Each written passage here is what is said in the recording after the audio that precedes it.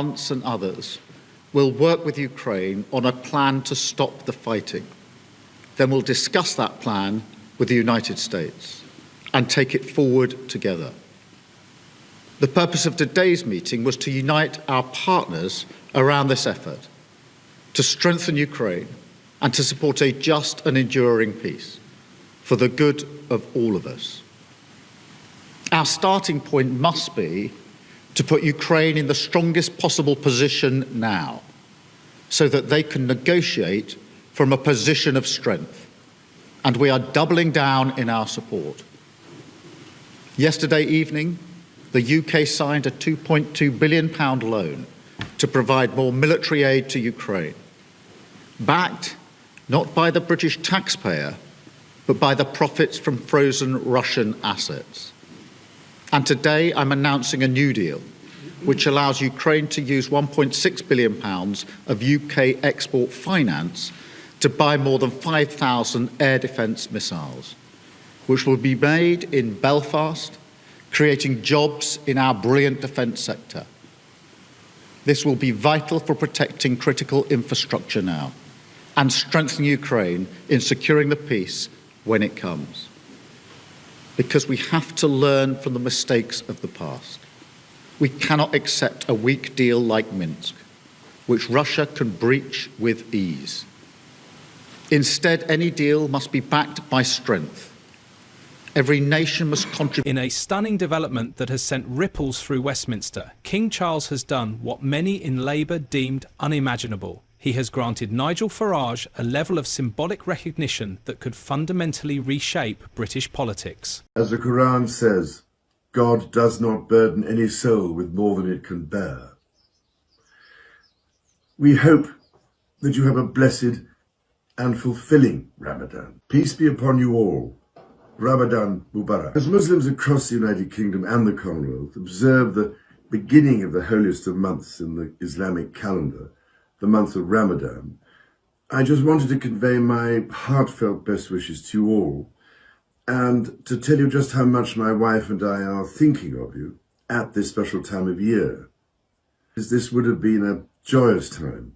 Mosques would be filling with life, Muslim families would be coming together to share food and prayers, and many of them would be inviting their neighbours and friends, of all faiths and none, to join them. My wife and I can only offer you all our kindest and most special wishes and stress just how greatly the contribution of Muslims to the life of the United Kingdom is appreciated and valued, embodying the Ramadan spirit of charity and selflessness. As the Quran says, God does not burden any soul with more than it can bear. We hope that you have a blessed and fulfilling Ramadan. Peace be upon you all. Ramadan. This was no mere gesture. It was a subtle yet powerful endorsement that the Labour leadership can only dream of for themselves. Once ridiculed by the political establishment, Farage is not only climbing in the polls, but has firmly inserted himself into the national dialogue, backed by popular support and remarkably a tacit nod from the monarchy. Meanwhile, Starmer is floundering, falling apart live on television as he scrambles to maintain a grip on a campaign spiralling out of control. Labour is plummeting in the polls like a jet in a nosedive. And let's be clear, Reform UK, mocked and once buried by the press, is now steamrolling Labour on the political map. This isn't a short-lived surge. It's a political earthquake, reshaping the landscape entirely. The recent local elections were the tipping point. Labour didn't just lose, they were humiliated. I want to ask you about Keir Starmer heading to Brussels today, a place you know very well. He wants to create what he calls a more mature... He wants back in the European Union. Well, I'm just asking whether or not you share his views that we need a mature relationship with the European Union, that perhaps it needs a reset. And he's under huge pressure, particularly around this deal on youth mobility. You claim to be attracting younger voters. Yeah. You know, how will you square that with them if they're thinking about voting reform? A lot of them wish they could continue their studies abroad. How many youngsters go on gap years to Frankfurt? Hardly any. Well, it's not so much as part of their degrees. No. But they go and climb the Andes, or they go out to the Far East. The world's changed. This idea that my mum and dad had, that Europe was all terribly exciting 50 years ago, it's gone. They should be able to go there, surely, and do that. I mean, why? Do you know what? Not fussed about it. Do you know what? I honestly think it's a pretty marginal issue. I think the real problem is that the Conservative Party didn't take us far enough away from membership of the European Union, which makes it very easy for Keir Starmer just to ape every new piece of European law. And we'll finish up at the end of a Starmer government. It will be Brino. It will be Brexit in name only. Voters who once backed the party passionately under Corbyn have now seen through the emptiness of Starmer's centrist approach, his empty promises and his quiet alignment with the same globalist establishment that has wrecked Britain's economy, borders and culture. As Reform UK rises, the political establishment is in panic. Yet, nothing unsettled Starmer more than King Charles's next move. While media attention was drawn to royal health updates and Prince Harry's ongoing interviews, King Charles acted as he always does. Quietly, symbolically and purposefully. The King is preparing for a major visit to Canada and, according to sources, is consulting Nigel Farage ahead of the trip. That's right, the monarch is reportedly seeking Farage's insights on foreign policy and Britain's role on the global stage. Why? Farage remains one of the few British public figures who speaks unapologetically about national sovereignty, independence and pride in a time when much of the political class appears fractured and morally bankrupt. Farage represents something different, something authentic within the palace. Whispers suggest King Charles views Farage as a crucial voice to help hold the nation together, balancing the disconnected Westminster elites.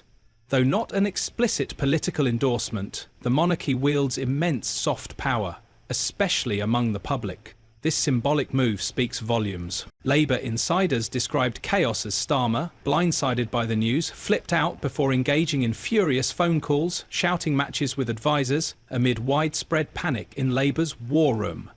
This was no mere image problem. It was a devastating blow to Labour's fragile grip on power and a clear sign that the political tide is shifting. Nigel Farage is not just ascending, he is now at the table. Meanwhile, Keir Starmer watches his influence slip away. Our right are a reaction to fear, to discomfort, to unease that is out there shared by tens of millions of people. What you've seen on the streets of Hartlepool, of London, of Southport is nothing to what could happen over the course of the next few weeks. I felt a deep sense of pride here in the United Kingdom when, in response to anger and lawlessness in several towns this summer, communities came together, not to repeat these behaviors, but to repair. To repair not just buildings, but relationships. And, most importantly, to repair trust by listening and, through understanding, deciding how to act for the good of all. And let's be honest, the British monarchy remains a powerful soft force, especially in the eyes of the public. When the King offers a politician a smile, it doesn't go unnoticed. When he invites them to diplomatic briefings or informal consultations, it sends a message loud and clear: this person matters. And it's not just the King who thinks so. The public thinks so too. Even Labour's front bench can no longer hold the line. Shadow Home Secretary Chris Phelp recently imploded during a disastrous interview with Camilla Tominey on GB News. Pressed on why Farage's message resonates more than Labour's stale talking points. But they need economic stability to make that investment. Yeah, but I'm saying that these figures are saying the opposite of what you're saying. Manufacturing's down, new work has fallen, prices have increased, employment has gone down over the last 4 months. And meanwhile, we've got millionaires leaving every 45 minutes. So I don't understand how you can categorise this as a success so far. Well, these figures suggest failure. Well, look at some of the other figures which we know are true, which is that wages have been growing the fastest in 3 years, an extra £20 a week. In the public sector, because you've given them pay rises? Across the piece. That's wages across the piece growing the fastest they have in 3 years. We know that the UK is now, according to PwC, the second best investment location in the world. Okay, but what about these figures? Why is manufacturing down? Why are prices up? And why has employment fallen? And why are millionaires leaving the country every 45 minutes? I know you want to pick your own figures, but these figures suggest that the budget's gone really badly wrong. What the budget did was reset the public finances, but what those headlines say to me... These figures seem to suggest that they haven't reset the public finances, they've made them worse. Philp snapped, accusing Tomini of badgering him for asking tough questions. He tried and failed to paint Farage as a leader without a plan. Even while admitting Labour's loss of control over borders and rising taxes, the scene was nothing short of self-defeating. Reform UK isn't just growing, they're dominating. They have become the voice of the working class, the squeezed middle, and anyone tired of being patronised by university-educated elites who have never had to budget for a weekly shop or endure long waits for a GP appointment. While Starmer drones on about climate pledges and diversity jargon, Farage offers something tangible. A country that works again. Less rhetoric, more sovereignty. And now the monarchy, traditionally careful to remain politically neutral, has given its supple approval. That nod was unmistakably directed at Farage. King Charles, regardless of one's view of his politics, is no fool. He sees Labour's chaos, endless U-turns, disconnect from voters and collapse of credibility. He also sees Farage as a man with a clear vision, a growing mandate, and crucially, the backing of the people. Starmer, by contrast, is becoming a joke even within his ranks. Veterans from the Blair era are sounding alarms, warning that Labour's fixation on net zero targets and globalist virtue signalling alienates the very voters they need. The working man has walked away and he is following Nigel Farage. Now things get even more intense. Behind closed doors, Labour officials are reportedly begging the palace to tone down Farage's visibility, fearing the consequences. They know that if the British public begins to see Farage not as an outsider, but as a statesman standing beside the monarch on the international stage, Labour's days are numbered, and that transformation is well underway. Farage has moved from fringe figure to front runner, from Brexit firebrand to a national leader in waiting.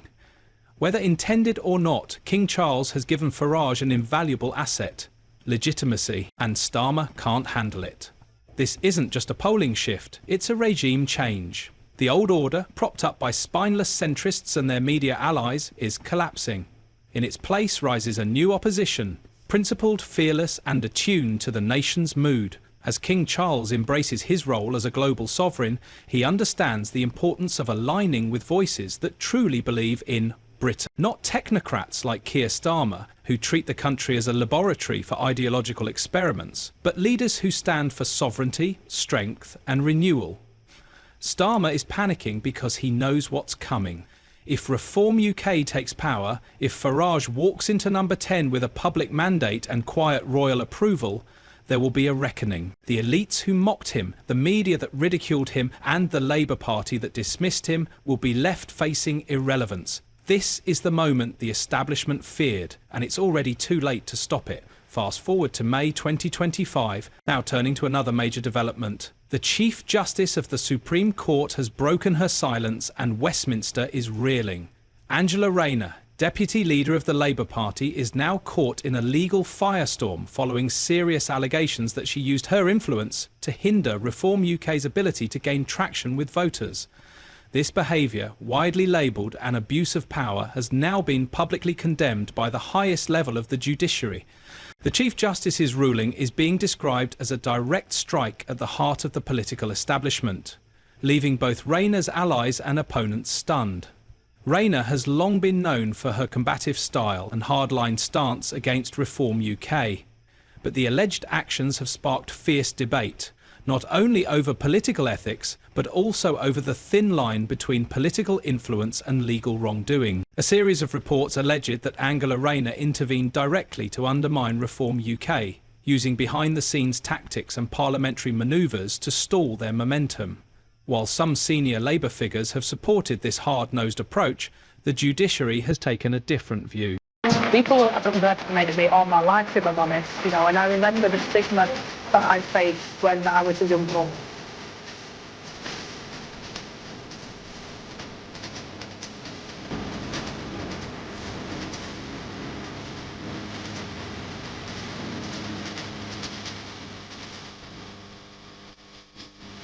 Angela Rayner voted recently, along with the guy that wants to be your foreign secretary and half the Labour front page, to end our nuclear deterrent.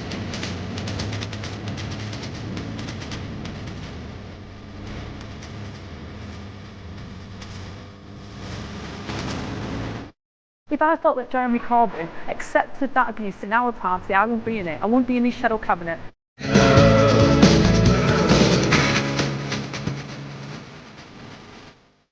Approach that's characterised that hindsight-heavy behaviour. But, excuse me, did the Honourable Lady just call me scum? Sky News can reveal that a giant ports and logistics company has pulled £1 billion worth of investment from its London gateway site on the Thames estuary. They've made the move in response to critical comments made by a cabinet minister about part of their business.